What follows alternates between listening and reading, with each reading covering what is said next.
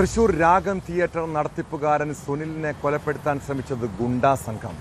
Quotation ഏറ്റെടുത്തത് 3 ലക്ഷം രൂപയ്ക്ക്. ആക്രമണം നടത്തിയത് മണ്ണുത്തി സ്വദേശി സിജോയും സംഘവും. പ്രതികളെത്തിയ കാറും CCTV ദൃശ്യങ്ങളും കേന്ദ്രീകരിച്ചുള്ള അന്വേഷണമാണ് കൊട്ടേഷൻ സംഘത്തിന് കുരുക്കായത്. കേസിൽ സിജോ ഉൾപ്പെടെ 5 പേരെ പോലീസ് അറസ്റ്റ് ചെയ്തു. ആക്രമിക്കാനെത്തിയ സംഘത്തിലെ 3 പേർ നിലവിൽ ഒളിവിലാണ്. കൊട്ടേഷൻ നൽകിയ വ്യവസായിയെ കേന്ദ്രീകരിച്ച് അന്വേഷണം ഊർജിതമാക്കിയിട്ടുണ്ട്.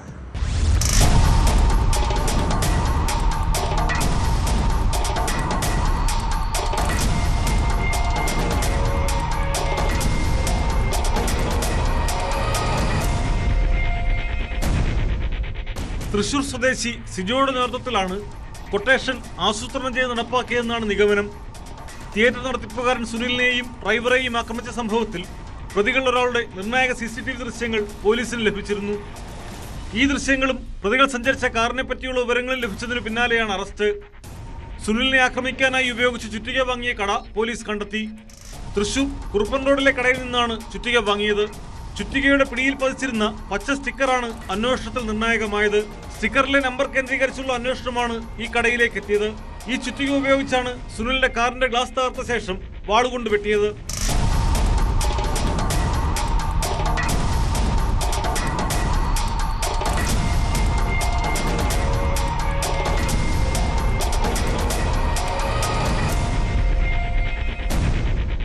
മണ്ണുത്തി സ്വദേശി സിജോയും 5 പേരുമാണ് അറസ്റ്റിലായത്.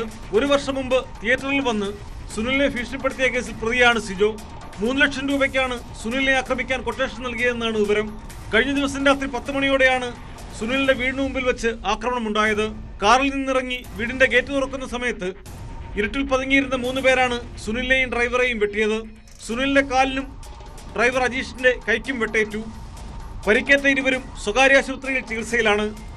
ആക്രമണത്തിന്റെ കാരണം വ്യക്തമല്ല. കൊട്ടേഷൻ നൽകിയ വ്യവസായിയെ കേന്ദ്രീകരിച്ചും അന്വേഷണം ഊർജിതമാണ്. സുനിലുമായി ചില സിനിമാ സാമ്പത്തിക ഇടപാട് വ്യവസായിക്കുണ്ടായിരുന്നു.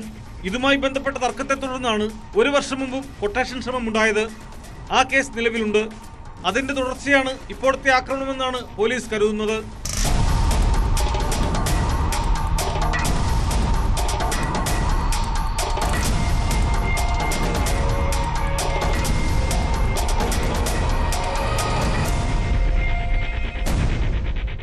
ന്യൂസ് 18 തൃശൂർ.